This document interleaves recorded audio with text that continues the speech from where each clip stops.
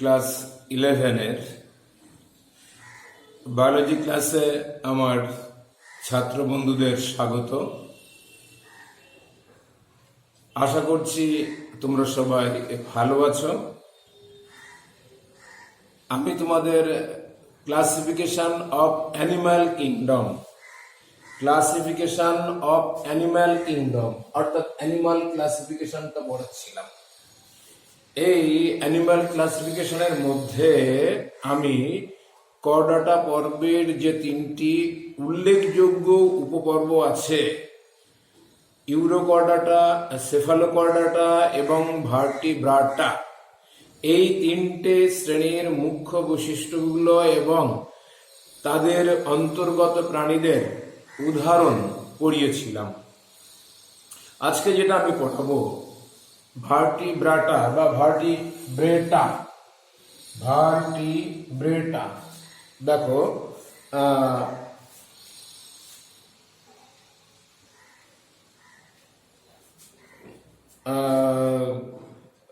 ভার্টিব্রেটা, VERTEBRATA, ভার্টিব্রেটস মানে মেরুদণ্ডী প্রাণী সমূহ। ভার্টিব্রাটা আজকে তোমাদের আমি পড়াবো।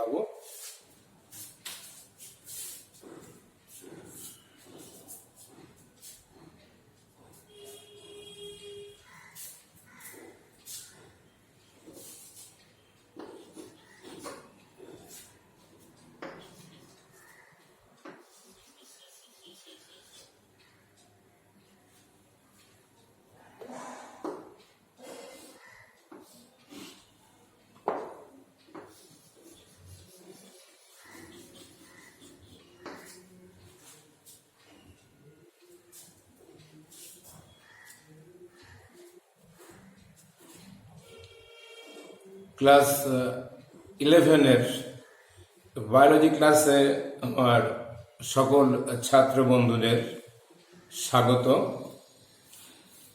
আমি তোমাদের এর আগে প্রাণী জগতের শ্রেণীবিন্যাসের মধ্যে করডাটা পর্বের শ্রেণীবিভাগগুলো পড়িয়েছিলাম। করডাটা পর্বের তিনটে উপপর্ব আছে, ইউরোকর্ডাটা, সেফালোকর্ডাটা এবং ভার্টিব্রাটা।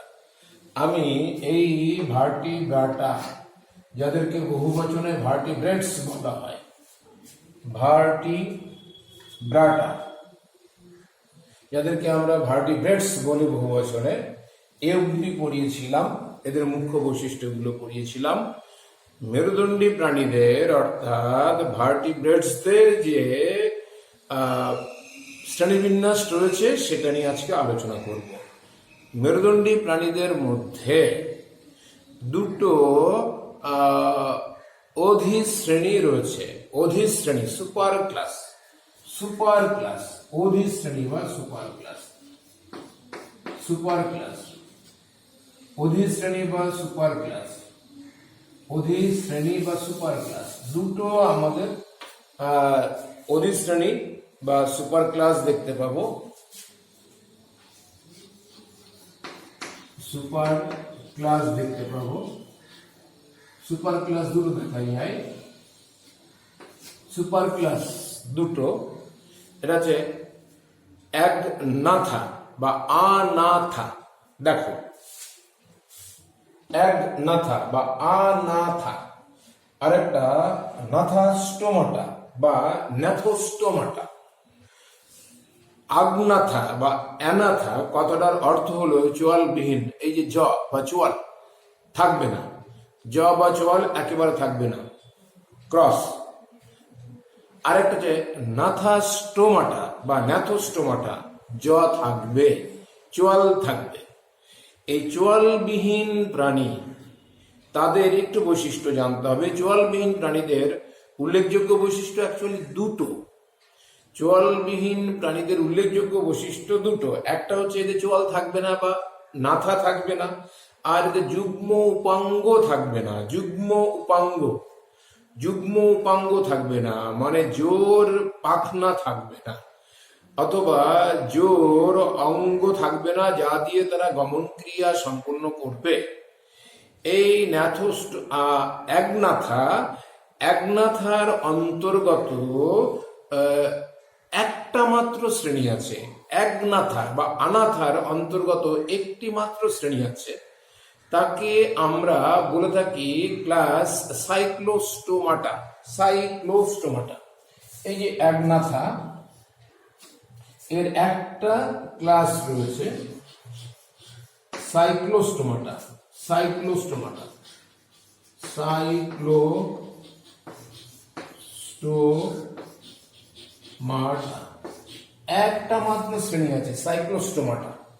এই সাইক্লোস্টোমাটা শ্রেণীর কয়েকটা বৈশিষ্ট্য তোমাদের মনে রাখতে হবে। এর আগে আমি বলেছি অ্যাটলিস্ট 3 to 5 salient ফিচার্স তোমাদের মনে রাখতে হবে। তা 3টে থেকে 5টা বৈশিষ্ট্য মাথায় রাখতে হবে। তার মধ্যে এই সাইক্লোস্টোমাটা, তাদের উল্লেখযোগ্য বৈশিষ্ট্য হচ্ছে এদের দেহ লম্বা, গোলাকার এবং লেজের দিকটা খুব চ্যাপ্টা হয়, অনেকটা বান মাছ বা ইলফিশের মতো দেখতে হয়। আর দেহের যে মুখ থাকবে, মুখে চোষক থাকবে, সাকার, যাকে আমরা বলবো সাকার থাকবে, এবং মুখ গোলাকার। আর মুখের কর্ষিকা থাকবে, অর্থাৎ মুখ এদের কর্ষিকা বা টেন্টেকেলস দ্বারা বেষ্টিত থাকবে। আর এদের দেহ ত্বকে কোনো রকমের কোনো আঁশ দেখা যাবে না, স্কেল দেখা যাবে না। No scales are present in their bodies, কোন স্কেল দেখা যাবে না। এছাড়াও এদের যে নস্ট্রিল অর্থাৎ নাসারন্ধ্র, এই যে নস্ট্রিল অনলি ওয়ান থাকবে, একটা মাত্র নস্ট্রিল থাকবে।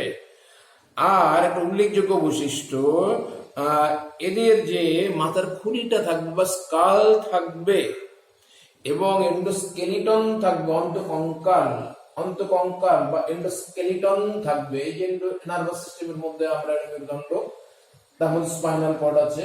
এদের যে অন্তকঙ্কাল থাকবে সেটা কিন্তু কার্টিলেজ দিয়ে তৈরি, অর্থাৎ তরুণাস্থি নির্মিত। সাইক্লোস্টোমাটাদের 3টে থেকে 5টা উল্লেখযোগ্য বৈশিষ্ট্য মাথায় রাখবে। সাইক্লোস্টোমাটার মধ্যে অন্তর্গত দুটো প্রাণীর নাম খুব শুনতে পাওয়া যায়। সাইক্লোস্টোমাটার মধ্যে দুটো প্রাণীর নাম খুব শোনা যায়। একটা হচ্ছে ল্যাম্প্রে,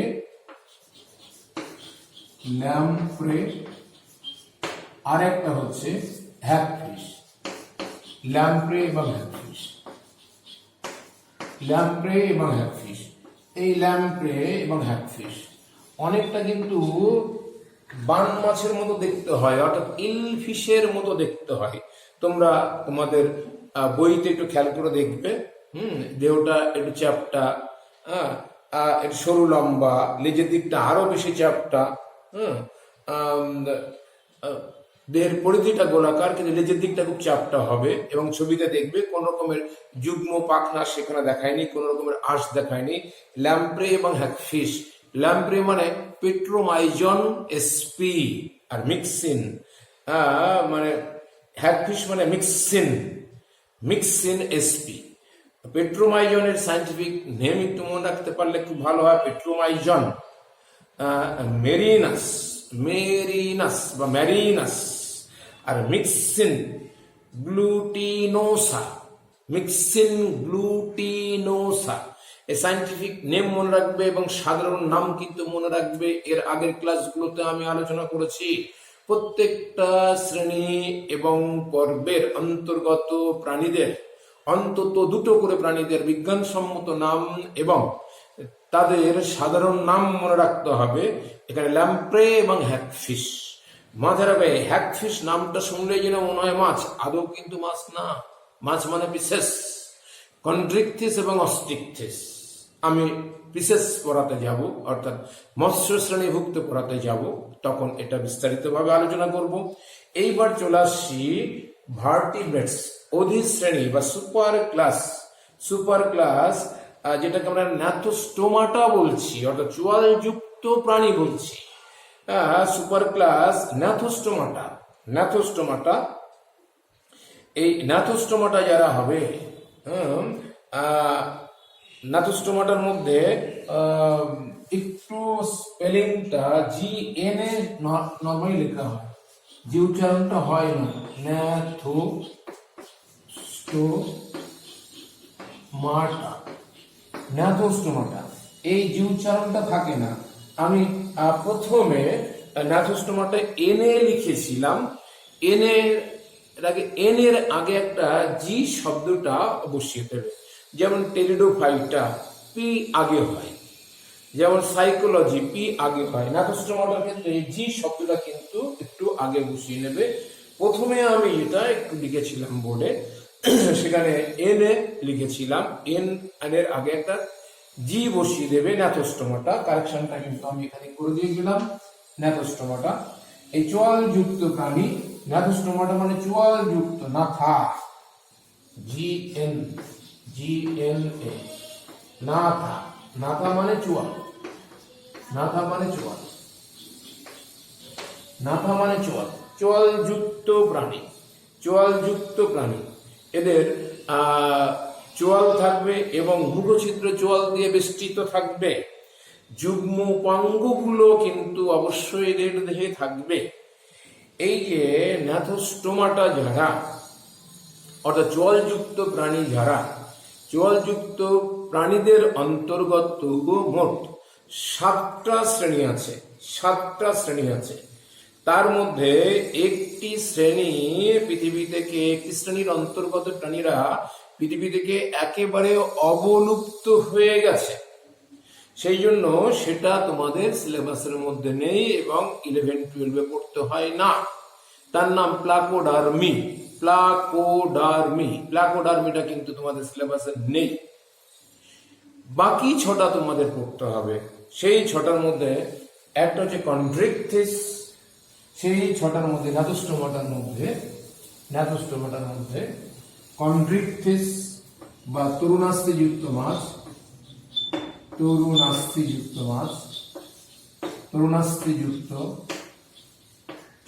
মাছ, কন্ড্রিকথিস।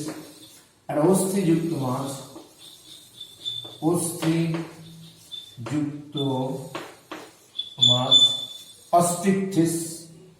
আর একটা হচ্ছে অ্যাম্ফিবিয়া বা উভয়চর, অ্যাম্ফিবিয়া বা উভয়চর, অ্যাম্ফিবিয়া বা উভয়চর। আর একটা হচ্ছে সরীসৃপ বা রেপ্টিলিয়া, সরীসৃপ শ্রেণী বা রেপ্টিলিয়া। আর একটা হচ্ছে আভিস বা পক্ষী, আভিস বা পক্ষী। আর একটা হচ্ছে ম্যামেলিয়া বা স্তন্যপায়ী, ম্যামেলিয়া বা স্তন্যপায়ী প্রাণী, ম্যামেলিয়া বা স্তন্যপায়ী প্রাণী। এই যে তরুণাস্থিযুক্ত মাছ বা কন্ড্রিকথিস, অস্থিযুক্ত মাছ বা অস্টিকথিস, অ্যাম্ফিবিয়া বা উভয়চর, রেপ্টিলিয়া বা সরীসৃপ, পক্ষী বা আভিস, এন্ড ম্যামেলিয়া বা স্তন্যপায়ী। এই 6টা উল্লেখযোগ্য শ্রেণী রয়েছে। প্লাকোডার্মি তোমাদের পড়তে হয় না। এই যে 6টা শ্রেণীর নাম আমি এখানে লিখেছি, প্রতিটি শ্রেণীর অন্তত 3টে থেকে 5টা করে বৈশিষ্ট্য তোমাদের মনে রাখতে হবে, 3 to 5 salient features। আর ঠিক 2টো করে মিনিমাম এক্সাম্পলের সাধারণ নাম এবং সায়েন্টিফিক নাম তোমাদের মনে রাখতে হবে। চলে আসি কন্ড্রিকথিস। হু আর কল কন্ড্রিকথিস মানে চোয়ালযুক্ত প্রাণীদের মধ্যে যাদের অন্তকঙ্কাল বা এন্ডোস্কেলিটন তরুণাস্থি দিয়ে তৈরি হবে এবং মুখছিদ্র মস্তকের অঙ্কদেশে অবস্থান করবে, মাউথটা মস্তকের অঙ্কদেশে থাকবে এবং সারা দেহ সূক্ষ্ম সূক্ষ্ম আণুবীক্ষণিক প্লাকয়েড আঁশ দিয়ে ঢাকা থাকবে, তাদেরকেই আমরা বলবো কন্ড্রিকথিস, অর্থাৎ তরুণাস্থিযুক্ত মাছ। কন্ড্রিকথিস বা তরুণাস্থিযুক্ত মাছ, কন্ড্রিকথিস। এই কন্ড্রিকথিস ক্লাসের অর্থাৎ শ্রেণীর 3টে থেকে 5টা বৈশিষ্ট্য তোমাদের মাথায় রাখতে হবে। 1 নম্বর, অন্তকঙ্কাল দিয়ে একটা মাথায় রাখবে, অন্তকঙ্কাল দিয়ে, অন্তকঙ্কাল, এদের অন্তকঙ্কাল তরুণাস্থি নির্মিত, অন্তকঙ্কাল তরুণাস্থি নির্মিত। প্রেজেন্স অফ কার্টিলেজ, এন্ডোস্কেলিটন এদের কার্টিলেজ দিয়ে তৈরি হবে, অর্থাৎ তরুণাস্থি দিয়ে তৈরি হবে। আশ বা স্কেল দিয়ে একটা পয়েন্টস হবে, আশ, আশ বা স্কেল দিয়ে একটা পয়েন্টস হবে, আশ বা স্কেল। সারা দেহ সূক্ষ্ম সূক্ষ্ম আণুবীক্ষণিক প্লাকয়েড আঁশ দিয়ে ঢাকা থাকবে, প্লাকয়েড আঁশ থাকবে।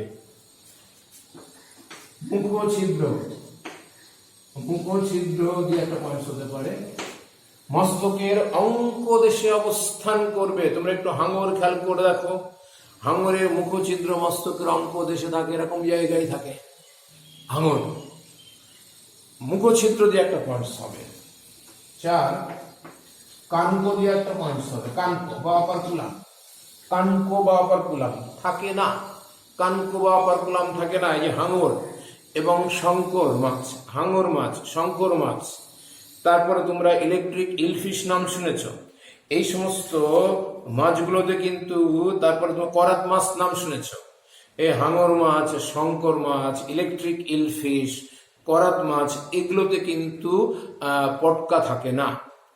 এবং আরো বৈশিষ্ট্য আছে, কানকো থাকবে না, পটকা থাকবে না। পটকা দিয়ে একটা পয়েন্টস হবে, পটকা থাকে না,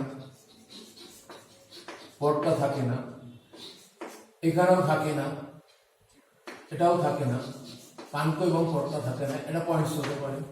মুখছিদ্র মস্তকের অঙ্কদেশে, আশ, প্লাকয়েড আশ, অন্ধকঙ্কাল তরুণাস্থির ভিতর। 5টা হয়ে গেছে।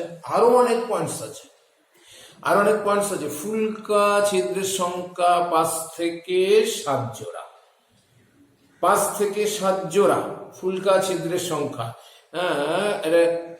মানে ফ্যারেঞ্জিয়াল স্লিট এই জায়গাতে অবস্থান করবে, ফ্যারেঞ্জিয়াল স্লিট। এদের সংখ্যা 5 থেকে 7 জোড়া, এই রেঞ্জের মধ্যে থাকবে। আরো হতে পারে। এদের যে লেজ থাকবে, সেই লেজটা হচ্ছে হেটারো সার্কল লেজ, হেটারো সার্কল, অর্থাৎ লেজের ঠিক মাঝ বরাবর অংশ থেকে যদি আমরা দ্বিখণ্ডিত করি, সমান দুটো অংশে ভাগ হবে না। আমরা যদি রুই মাছ বা মৃগেল বা কালবোস মাছ নিয়ে যদি আমরা দেখি, তাদের লেজের ঠিক মাঝ বরাবর অংশ থেকে ভাগ করলে কিন্তু সমান দুটো অংশে ভাগ হবে, সমান দুটো অংশে ভাগ হবে, সমান দুটো অংশে ভাগ হবে। এদেরকে বলা হয় রুই, কাতলা, মৃগেল। এদের লেজকে বলা হয় হোমোসার্কেল লেজ। কিন্তু কন্ড্রিকথিস যারা, এদের লেজকে বলা হয় হেটারোসার্কল। মাঝখান থেকে সমান দুটো অংশে ভাগ করা যাবে না। এদের লেজকে যদি আমরা নিয়ে দেখি, দেখবো এদের লেজের এরকম ব্যাপার। এদের লেজটা অনেকটা এই টাইপের,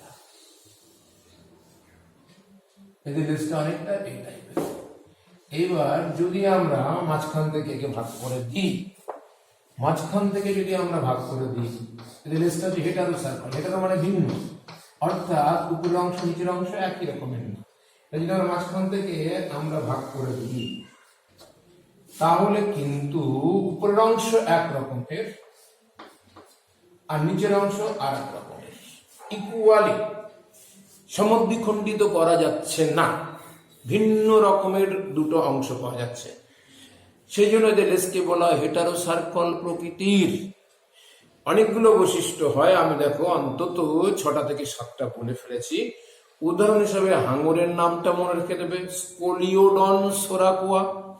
তোমরা উদাহরণ হিসাবে শঙ্কর মাছের নাম রেখে দেবে,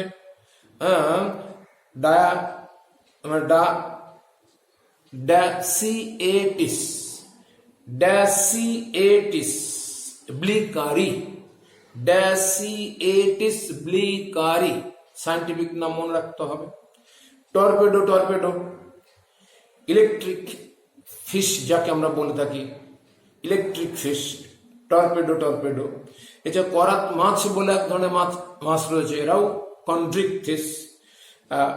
প্রিস্টিস পিকনাটা, প্রিস্টিস পিকনাটা, সায়েন্টিফিক নামগুলো একটু বিদ্যুটে টাইপের। অন্তত দুটো আমি অন্তত বলবো, হাঙর এবং শঙ্কর মাছের সায়েন্টিফিক নাম মনে রাখতে হবে, খুব সুবিধা। হাঙর এবং টর্পেডো, টর্পেডো। হাঙর স্কোলিওডন সোরাকুয়া, স্কোলিওডন সোরাকুয়া বানান খুব কঠিন। তাহলে সেক্ষেত্রে সহজ হিসেবে টর্পেডো, টর্পেডো বানানটা খুব সোজা আছে। এছাড়া শেষেরটা আরো সোজা, যেটা করাত মাছ বলছি, প্রিস্টিস, পিক নাটা বা পেকটিনাটা, পেকটিনাটা, পেকটিনাটা, প্রিস্টিস, পেকটিনাটা। এই টর্পেডো এবং প্রিস্টিস অর্থাৎ ইলেকট্রিক ইলফিশ এবং করাত মাছ, এই দুটোর কিন্তু বিজ্ঞানসম্মত নাম লিখলে ভুল হবে না। তোমাদের তো বলে দেবে না যে হাঙরের বিজ্ঞানসম্মত নাম লেখো, জানতে পারলে দেখো বাবা সবগুলোই ভালো। এই শ্রেণীভুক্ত প্রাণীদের তোমাদের যত খুশি ততগুলোর বিজ্ঞানসম্মত নাম মুখস্থ করো, কোনো রকমের কোনো প্রবলেম নেই। কিন্তু আমি বলবো মিনিমাম দুটোর সায়েন্টিফিক নাম মনে রাখবে এবং সে বানানটা যেন এক নির্ভুল হয়, নির্ভুল তোমাদের করতে হবে। তাহলে কি, যেহেতু বলে দেয় না যে এই পর্বের অমুক অমুক প্রাণীর বিজ্ঞানসম্মত বা এই শ্রেণীর অমুক অমুক প্রাণীর বিজ্ঞানসম্মত নাম লেখো, তাহলে তোমরা কি করবে, যেগুলোর স্পেলিং মিস্টেক হবে না সোজা সেইগুলো মনে রেখে দেবে। স্কোলিওডন সোরাকোয়া কিন্তু সোরাকোয়া বানানে ভুল করে, আমি দেখেছি। টর্পেডো, টর্পেডোতে ভুল হয় না। আবার দেখছি করাত মাছের সায়েন্টিফিক নাম যে প্রিস্টিস, প্রিস্টিস পেকটিনাটা, সেখানেও কিন্তু বানানটা ভুল হওয়ার সম্ভাবনা কম। তাহলে এই কন্ট্রিক্টিস কাদের বলে এবং তাদের স্যালিয়েন্ট ফিচার্স গুলো কি কি এবং তাদের এক্সাম্পল, এটা মনে রেখে দেবে। এরপরে চলে যাব অস্ট্রিকথিস। অস্ট্রিকথিস মানে অস্থিযুক্ত মাছ, অস্ট্রিকথিস বা অস্থিযুক্ত মাছ। অস্ট্রিকথিস বা অস্থিযুক্ত মাছ আমার 2 নম্বর শ্রেণী ছিল। অস্থিযুক্ত মাছ বা অস্ট্রিকথিস, এই যে অস্থিযুক্ত মাছ, ঠিক আগেরটাকে একটু উল্টে পাল্টে দেবো, আগেরটা একটু উল্টে পাল্টে দিলেই কিন্তু অস্থিযুক্ত মাছ হয়ে যাবে। অন্তকঙ্কাল, অন্তকঙ্কাল, অন্তকঙ্কাল অস্থি নির্মিত, অন্তকঙ্কাল অস্থি নির্মিত, বনই হবে, বন দিয়ে তৈরি হবে। অন্তকঙ্কাল এন্ডোস্কেলিটন মানে বন দিয়ে তৈরি, অর্থাৎ অস্থিযুক্ত হবে। আরেকটা হচ্ছে মুখছিদ্র, মাথায় রাখতে পারো। মুখছিদ্র মস্তকের অঙ্কদেশে না থেকে সম্মুখ পার্শ্বীয় ভাবে অবস্থান করবে, সম্মুখ পার্শ্বীয় ভাবে অবস্থান করবে। রুই মাছটা নিয়ে দেখবে তার মুখটা কোন দিকে আছে, তো বাটা মাছটা নিয়ে দেখবে তার মুখটা কোন জায়গায় আছে, ইলিশ মাছটা নিয়ে দেখবে তার মুখটা কোথায় আছে সেটা দেখবে। তোমাদের অনেকের দেখার সৌভাগ্য হয় না, তোমরা তো সব কাটা মাছ খাও, বাড়িতে অধিকাংশ ক্ষেত্রে গোটা মাছ আনা হয় না, বেশিরভাগ আনলে সেটা কেটে আনা হয়। ফলে কোথায় তোমরা দেখবে, গ্রামগঞ্জের ছেলেমেয়েরা এগুলো খুব ভালো দেখতে পায়, আর আমরা যেহেতু বিজ্ঞানের লোক আমাদের এগুলো প্র্যাকটিক্যালি দেখতে হয়েছে। তারপরে পড়াতে গিয়ে তো অবশ্যই সেগুলো দেখতে হয় আমাদের, যেগুলো পাওয়া যায়। মুখছিদ্র আঁশ দিয়ে হতে পারে একটা পয়েন্ট, স্কেল বা আঁশ। এদের দেহে কোন কোন মাছের দেহে মানে অস্থিযুক্ত মাছের দেহে সাইক্লয়েড আঁশ দেখা যাবে, যেমন রুই, কাতলা, মৃগেল, কালবোস, এদের দেহে সাইক্লয়েড আঁশ দেখা যাবে। কোন কোন এই শ্রেণীভুক্ত প্রাণীদের দেহে টিনয়েড আঁশ দেখা যাবে, যেমন কই মাছ এবং ভেটকি, কই মাছ এবং ভেটকি, এদের আঁশগুলো টিনয়েড আঁশ, টিনয়েড আঁশ।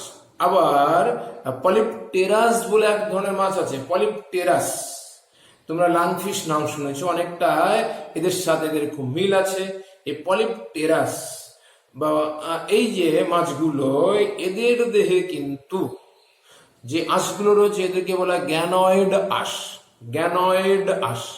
সাইক্লয়েড, টিনয়েড অথবা গ্যানয়েড আঁশ এদের দেহে দেখতে পাওয়া যাবে। আমরা যে সমস্ত মাছগুলো বাড়িতে ব্যবহার করি, আমরা খাই, সেই মাছগুলোর মধ্যে বেশিরভাগই সাইক্লয়েড আঁশ। তবে হ্যাঁ, ভেটকি টিনয়েড আঁশ, কই টিনয়েড আঁশ, গ্যানয়েড আঁশ দেখা যায় সেই মাছগুলো কিন্তু অ্যাকচুয়ালি নাম তোমরা হয়তো শুনেছো, কিন্তু আমাদের চোখে দেখা সৌভাগ্য আমারও হয়নি। আমরা ল্যাবে দেখেছি, বায়োলজিক্যাল, জুলজিক্যাল ল্যাব, জুলজি ডিপার্টমেন্টের ল্যাবে থাকে যারা হচ্ছে উঁচু ক্লাসে পড়াশোনা করেছে, বিএসসি অথবা এমএসসি, অথবা কোনো কোনো স্কুলের কিন্তু তোমাদের বায়োলজি ল্যাবে থাকতে পারে পলিপটেরাস, মানে যে লাংফিশের সাথে মিল, লাংফিশ গোষ্ঠীভুক্ত। এই অস্টিকথিস যারা, এদের কিন্তু লেজ হবে হোমোসার্কল প্রকৃতির। হোমোসার্কল প্রকৃতির আমি একটু আগে এখানে দেখিয়েছিলাম। এছাড়াও কিন্তু এদের কানকো থাকবে, অপারকুলাম থাকবে, সুইম ব্লাডার বা পটকা থাকবে, সুইম ব্লাডার বা পটকা থাকবে। এই কন্ড্রিকথিস এবং অস্টিকথিসের স্যালিয়েন্ট ফিচার গুলো মনে রেখে দেবে। এক্সাম্পলে চলে আসি, রুই মাছ লেবিওরোহিতা, কাতলা মাছ একদম সোজা কাতলা কাতলা, কঠিনে যেও না। কালবোস মাছ লেবিও কালবাসু সোজা। রুই, কাতলা এবং কালবোস মাছ, এদের বানানগুলো খুব, স্পেলিং খুব সোজা, মিস্টেক হওয়ার সম্ভাবনা খুব কম। আবার দেখো বাটা, বাটা, লেবিও বাটা, বানানটা খুব সোজা। এইবার তোমরা যদি মনে করো যে না স্যার আমি কঠিন করে নাম মনে রাখবো, তাহলে এই যে কই মাছ ক্যালারিয়াস ব্যাট্রাসাস, এই যে কঠিন নাম, আমার কি দরকার আছে? আমাকে তো বলবে যে অস্টিকথিস শ্রেণীর 3টে উল্লেখযোগ্য বৈশিষ্ট্য লেখো এবং এই শ্রেণীর অন্তর্গত প্রাণীদের বা মাছের একটিও বা দুটির বিজ্ঞানসম্মত নাম লেখো। তখন সহজ যেগুলো সেগুলো লিখলে সুবিধা হবে। হ্যাঁ, তুমি যদি আবার ভেটকিতে যাও, ল্যাটিস ক্যালকেরিফার, দেখো কত কঠিন বানান, ল্যাটিস ক্যালকেরিফার, কঠিন বানান। আবার মৃগেল মাছে যদি যাও, সিরহিনা মৃগেলা, বানান ভুল হওয়ার সম্ভাবনা আছে। ইলিশ কিন্তু সোজা, হিলসা ইলিশা, এটা আবার একটু সোজা আছে বানান, হিলসা ইলিশা। আবার পুঁটি মাছের মধ্যে অনেকগুলো ভাগ আছে, বারবাস টিকটো, বারবাস টিকটো, এটা একটু সোজা।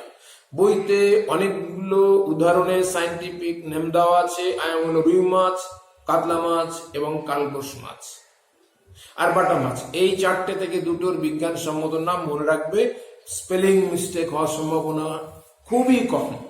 এবার চলে আসে কন্ড্রিকথিস এবং অস্টিকথিসের মধ্যে পার্থক্য কিন্তু আমাদের উচ্চ মাধ্যমিকের পরীক্ষাতে খুব আসে। ওল্ড সিলেবাসেও আসতো, আবার কিন্তু নিউ সিলেবাস যেটা 2013 থেকে হয়েছে, অর্থাৎ তোমরা যেটাতে পড়ছো, এখানে কিন্তু কন্ড্রিকথিস এবং অস্টিকথিসের পার্থক্য আসে। খুব ইম্পর্টেন্ট কন্ড্রিকথিস এবং অস্টিকথিস। আমরা যদি কন্ড্রিকথিসের স্যালিয়েন্ট ফিচার গুলো জানি, অস্টিকথিসের যদি স্যালিয়েন্ট ফিচার গুলো জানি, তাহলে ইজিলি আমরা তাদের মধ্যে ডিফারেন্স গুলো বলতে পারবো। যেমন মুখ ছিদ্র দিয়ে তোমরা একটা পয়েন্টস বলতে পারবে। যারা কন্ড্রিকথিস মুখ ছিদ্র মস্তকের অঙ্কদেশে অবস্থান করবে, অস্টিকথিস মস্তকের সম্মুখ পার্শ্বীয় ভাবে অবস্থান করবে। অন্তকঙ্কালে চলে যায়, যারা কন্ড্রিকথিস অন্তকঙ্কাল কার্টিলেজ বা তরুণাস্থি দিয়ে তৈরি হবে, আর যারা অস্টিকথিস অর্থাৎ অস্থিযুক্ত মাছ, তাদের অন্তকঙ্কাল বোন অর্থাৎ বনি, অস্থি দিয়ে তৈরি হবে। এবার আসে চলে যায়, স্কেলে চলে যায়, দেহ আবরণ। কন্ড্রিকথিসদের ক্ষেত্রে সূক্ষ্ম আণুবীক্ষণিক প্লাকয়েড আঁশ থাকবে দেহে, আর অস্টিকথিসদের মধ্যে যাদের আঁশ থাকবে, দেখো ট্যাংরা অথবা মাগুর অথবা শিঙি, এদের কিন্তু আঁশ থাকে না। কিন্তু যদি আঁশ থাকে এই শ্রেণীর অন্তর্গত প্রাণীদের, তাহলে কারো কারোর আঁশ সাইক্লয়েড হতে পারে, কারো কারোর আঁশ টিনয়েড হতে পারে, কারো কারোর আঁশ গ্যানয়েড হতে পারে। সুতরাং এদের আঁশ সাইক্লয়েড বা প্লাকয়েড, এই টিনয়েড অথবা গ্যানয়েড টাইপের হতে পারে। লেজ দিয়ে একটা পয়েন্টস হতে পারে। কন্ড্রিকথিসের লেজ হচ্ছে হেটারোসার্কল প্রকৃতির, আর অস্টিকথিস বেশিরভাগ ক্ষেত্রে হোমোসার্কল, হোমোসার্কল অথবা ডাইফিওসার্কল হতে পারে। তোমরা যদি ল্যাঠা মাছ দেখে থাকো, তাদের লেজটা দেখবে একটু খেয়াল করে, ডাইফিওসার্কল, হোমোসার্কল অথবা ডাইফিওসার্কল হতে পারে। উপরের দিকটা এবং নিচের দিকটা ইকুয়াল হবে, মাঝখান থেকে ভাগ করে 2টো অংশ সেপারেট করা যাবে, ইকুয়ালি সমদ্বিখণ্ডিত হবে, সমান 2টো খণ্ডে ভাগ করা যাবে। তারপরে কানকো এবং পটকা দিয়ে বলতে পারো, যা তরুণাস্থি যুক্ত মাছ বা কন্ড্রিকথিস, কানকো এবং পটকা থাকবে না। অস্টিকথিসের ক্ষেত্রে কানকো এবং পটকা থাকবে। এমন অনেক ডিস্টিংগুইশ হতে পারে, অর্থাৎ ডিফারেন্সেস হতে পারে। তা আমি যে অংশগুলো আজকে আলোচনা করলাম, তোমরা এই কন্ট্রিকথিস এবং অস্টিকথিস পর্যন্ত ভালো করে বাড়তে দেখতে থাকো। নেক্সট ক্লাসে আমি তোমাদের আলোচনা করব অ্যাম্ফিবিয়া, রেপটিলিয়া, আভিস এবং ম্যামেলিয়া, এগুলোর salient feature as well as example তোমাদের পড়তে হবে। সকলকে অনেক অনেক ধন্যবাদ জানিয়ে আজ আমার বক্তব্য এখানে শেষ করছি। সবাই খুব ভালো থেকো, সুস্থ থেকো, সাবধানে থেকো।